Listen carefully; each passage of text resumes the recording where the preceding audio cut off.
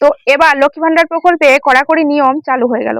তো আপনি যদি বর্তমানে লক্ষ্মী ভান্ডার প্রকল্পে আবেদন করে থাকেন, কিংবা আপনি যদি লক্ষ্মী ভান্ডার প্রকল্পে আবেদন করে টাকা পাচ্ছেন, কিংবা যদি আপনি আবেদন করেছেন কিন্তু এখনো টাকা পাচ্ছেন না, নতুন করে আবেদন করেছেন, তাহলে আপনার সামান্য একটা ভুলের জন্য কিন্তু আপনার যে লক্ষ্মী ভান্ডার সেটা কিন্তু বন্ধ হয়ে যেতে পারে।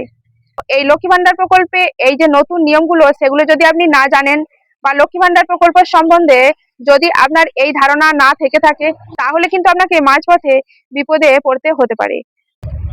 তো লক্ষ্মী ভান্ডার প্রকল্পে টাকা পেতে হলে আপনাকে কোন কোন কাজগুলো আগে থেকে করে রাখতে হবে, কি কি কাজ আপনি আগে থেকে করে রাখলে আপনার ব্যাংক অ্যাকাউন্টে টাকা আসবে, তো চলুন এক এক করে এই ভিডিওতে আপনাদেরকে আমি বিস্তারিত আলোচনা করব। তো ভিডিওটা কেউই স্কিপ করবেন না, কেননা লক্ষ্মী ভান্ডার নিয়ে বিশাল বড় একটা গুরুত্বপূর্ণ আপডেট। তো চলুন এক এক করে এই ভিডিওর মাধ্যমে আপনাদেরকে দেখাবো। তো চলুন ভিডিওটি শুরু করা যাক। তো দেখুন বন্ধুরা, এখানে বলা হয়েছে ভোটমুখী রাজ্যে লক্ষ্মী ভান্ডারের ভাতার পরিমাণ বাড়িয়ে মাস্টার স্ট্রোক দিয়েছে রাজ্য সরকার। তো এক ধাক্কায় 500 টাকা বেড়েছে ভাতা, সাথে নথিপত্র এবং ব্যাংক অ্যাকাউন্টের বিষয়েও কড়া নির্দেশিকাও জারি করা হয়েছে রাজ্য সরকারের তরফে। নথি ভুল থাকলে সমস্যায় পড়তে পারেন উপভোক্তারা। তো আমাদের যাদের লক্ষ্মী ভান্ডার প্রকল্পের টাকা বেড়েছে, তাদের যদি কোনো রকম ভুল ভ্রান্তি থাকে, সেখানেও কিন্তু কড়া নির্দেশিকা জারি করা হয়েছে রাজ্য সরকারের তরফ থেকে। চলুন আরো দেখি লক্ষ্মী ভান্ডার নিয়ে কিন্তু আরো গুরুত্বপূর্ণ আপডেট। তো লক্ষ্মী ভান্ডারের কি গুরুত্বপূর্ণ আপডেট এসেছে, চলুন এক এক করে দেখে নেওয়া যাক। এতদিন লক্ষ্মী ভান্ডারে যে 1000 টাকা বা 1200 টাকা দেওয়া হতো, তা বাড়িয়ে 1500 টাকা থেকে 1700 টাকা কিন্তু করা হয়েছে। এই বিষয়টা আপনারা হয়তো সকলেই জেনে গেছেন এতদিনে। তো বাজেটে মাসিক যে 500 টাকা করে বরাদ্দ বৃদ্ধি করেছে রাজ্য সরকার। উল্লেখ্য, রাজ্যের 25 থেকে 60 বছর বয়সী মহিলারা পান লক্ষ্মী ভান্ডার। এই প্রকল্পের আওতায় তপশিলি জাতি ও উপজাতি সম্প্রদায়ের মহিলারা মাসে 1700 টাকা করে, এবং সাধারণ সম্প্রদায় অর্থাৎ জেনারেল ক্যাটাগরির মহিলারা 1500 টাকা করে পাবেন এবার থেকে। হয়তো আপনারা এই আপডেটটা সকলেই জানেন। আর এই ফেব্রুয়ারি মাসে আপনারা যারা জেনারেল কাস্টে রয়েছেন তারা অনেকেই 1500 টাকা করে পেয়ে গেছেন, আর যারা তপশিলি উপজাতি রয়েছেন তারা 1700 টাকা করে পেয়েছেন। কিন্তু এমনও অনেক মহিলা রয়েছে যারা লক্ষ্মী ভান্ডারের টাকা পেতেন, এখন আর তারা টাকা পাচ্ছেন না। কেনই বা তাদের টাকা বন্ধ হয়ে যাচ্ছে, সমস্ত কিছু আলোচনা করব বিস্তারিত। চলুন আরেকটু ভিডিওটা আপনারা ধৈর্য ধরে টেনে দেখুন।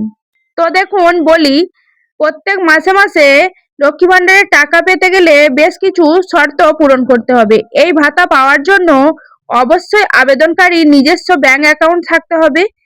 কোনোভাবেই জয়েন্ট অ্যাকাউন্ট থাকলে এই টাকা পাঠানো হবে না। এটাই কিন্তু ভাতার টাকা পাওয়ার ক্ষেত্রে প্রধান শর্ত। তো বুঝতেই পারছেন, যদি আপনার জয়েন্ট অ্যাকাউন্ট থাকে তাহলে কিন্তু আপনারা টাকা পাবেন না। তো এটা হচ্ছে ভাতা পাওয়ার একটা প্রধান শর্ত। আর পাশাপাশি ব্যাংক অ্যাকাউন্টের সঙ্গে আধার কার্ড এবং মোবাইল নাম্বার লিঙ্ক থাকা বাধ্যতামূলক এই ক্ষেত্রে। তো আপনিও যদি লক্ষ্মী ভান্ডার প্রকল্পের জন্য আবেদন করে থাকেন, তাহলে আধার কার্ডের সঙ্গে প্যান কার্ডের সংযোগ অবশ্যই আপনি করে রাখুন। অন স্ক্রিনে লক্ষ্মী ভান্ডার প্রকল্পের যে গাইডলাইন সেটা এখানে দেখাচ্ছি, দেখুন। তো দেখুন এখানে পরিষ্কারভাবে লেখা রয়েছে যে আপনার যে ব্যাংক অ্যাকাউন্টটি আছে তার সঙ্গে কিন্তু আপনার আধার লিঙ্ক থাকতে হবে। আর আরো নিচের দিকে দেখুন, আধার লিঙ্ক থাকার সত্ত্বেও আপনার যে আধার কার্ডটি রয়েছে তার সঙ্গে কিন্তু আপনি প্যান কার্ডের সংযোগ করিয়ে নেবেন অনলাইন কোনো দোকানে গিয়ে। ওকে, অবশ্যই করে অতি সত্বর আপনি এই কাজগুলো করিয়ে নেবেন, না হলে কিন্তু আপনাদের লক্ষ্মী ভান্ডারের টাকা বন্ধ হয়ে যেতে পারে। তো চলুন আরো বিস্তারিত আলোচনা করি। তো আবেদনের ক্ষেত্রে আধার কার্ড, স্বাস্থ্যসাথী কার্ড এবং যদি কাস্ট সার্টিফিকেট থাকে তার ডিজিটাল সার্টিফিকেট সঠিকভাবে জমা দিতে হবে। তো আপনি এই কাজটা কিন্তু আপনার যে ব্লক অফিস রয়েছে সেখানে গিয়ে, যদি আপনার লক্ষ্মী ভান্ডারের কোনো রকম প্রবলেম হয় বা লক্ষ্মী ভান্ডারের স্ট্যাটাস চেক করতে গিয়ে আপনি দেখাচ্ছেন যে ইরোড দেখাচ্ছে, তাহলে কিন্তু আপনি অতি সত্বর গিয়ে আপনার আধার কার্ড, স্বাস্থ্যসাথী কার্ড, যদি কাস্ট সার্টিফিকেট থাকে, সমস্ত কিছু আপনি ব্লকে গিয়ে জমা দিতে পারেন। তাহলেই কিন্তু আপনার অ্যাকাউন্টে লক্ষ্মী ভান্ডারের টাকা ঢুকবে। তো উল্লেখ্য, 2021 সালে বিধানসভা নির্বাচনের আগেই রাজ্যের মহিলাদের জন্য লক্ষ্মী ভান্ডার প্রকল্প এনেছিলেন মুখ্যমন্ত্রী।